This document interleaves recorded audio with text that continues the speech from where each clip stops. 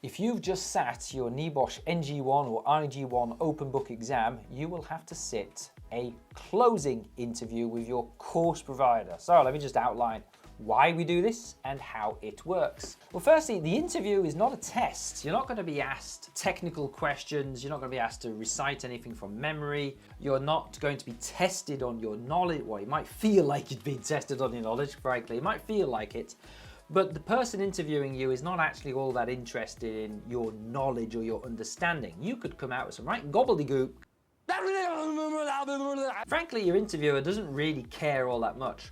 You see, the point of the interview is just to check that you are the person who wrote your exam paper and submitted your exam answers. That's all. It's just to check that you haven't cheated by getting somebody else to sit the exam for you. This is a really common technique used by universities all over the world when there's some kind of open book exam. It's also used in PhDs. You know, if someone does a PhD, they have to write a dissertation or a thesis, and then they have to defend the thesis in front of a panel. So they have to talk about it and listen to rebuttals and then argue their case as to why they're right in what they say. And if they haven't written the thesis, it's actually very, very difficult for them to do that. So we're just checking that you haven't cheated. Now, how does it work? Well, you book an appointment. This could be face-to-face or it could be over a video call. But you have to be able to see each other. And one of the things you'll have to do at the beginning is prove your identity. So you'll have to come with your passport or driving license or some other recognized identity document. NEBOSH do prefer to have some kind of formal photo ID. So it has to have your face on it. You will have to show this to your interviewer. No record is kept. We're not going to keep any photocopies. We're not going to take any scans or anything like that. We just want to check that your face matches the face on the document and that your name matches the name on the exam paper and your NEBOSH registration. We're also going to check things like your date of birth as well. So we check that you are who you say you are. And then we're going to check that you are alone. You have to be alone in this. We do not want you to be assisted by anyone in any way. So you quite literally have to take your camera. Let's say if you're on a video call, you'll have a camera. You're going to have to pick it up or even pick up the whole laptop. If you're on a laptop, you pick up the laptop and you have to show it. Show the entire room. And if you have a door, of course you've got a door. How do you get into the room if you haven't got a door? Stupid. I'm jumping out a window! You're gonna have to show that the door is closed. So you're all by yourself.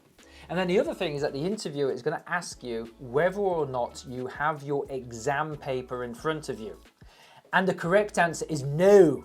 No, you do not. The examiner will be looking to see if you are referring to documents. And so if you are looking at a letter or a document, or if you're looking at your computer screen and it's clear that you're searching for something, that is a red flag to the interviewer. So you must be speaking from memory, which is why it's best to do your closing interview soon after the exam. You kind of remember what you said. The examiner is going to be asking about the scenario and what you said and why you said what you said. That's basically it. Now, what happens if you don't do the closing interview?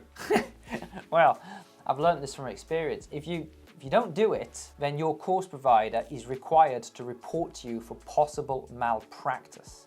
Because what it means is that they haven't been able to verify your identity and they haven't been able to verify that you are the person who submitted the exam paper. So they're not accusing you of malpractice, but they have to submit a report to NEBOSH to say there's possible malpractice here, we don't know.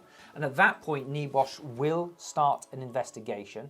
They will not release your results until the investigation process has been completed, and you will be barred from all NEBOSH assessments until that malpractice investigation has been closed out. And so I had a student who came to us to do the NEBOSH incident investigation course, but when we went to submit their results, the system wouldn't let us because they had an open investigation from the previous year, 12 months ago, which their student just hadn't bothered to respond to.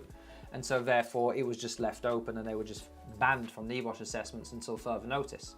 Took a bit of work for both us and them to get that investigation closed so we could submit their results. So please do not ignore the closing interview process, and if you do get contacted by NEBOSH, to discuss possible malpractice, do not ignore that, because it will just delay all of your NEBOSH development until further notice. Anyway, if you've got any questions about the closing interview process, please drop them in the comments below and I'll do my best to answer those. In the meantime, best of luck with your exams.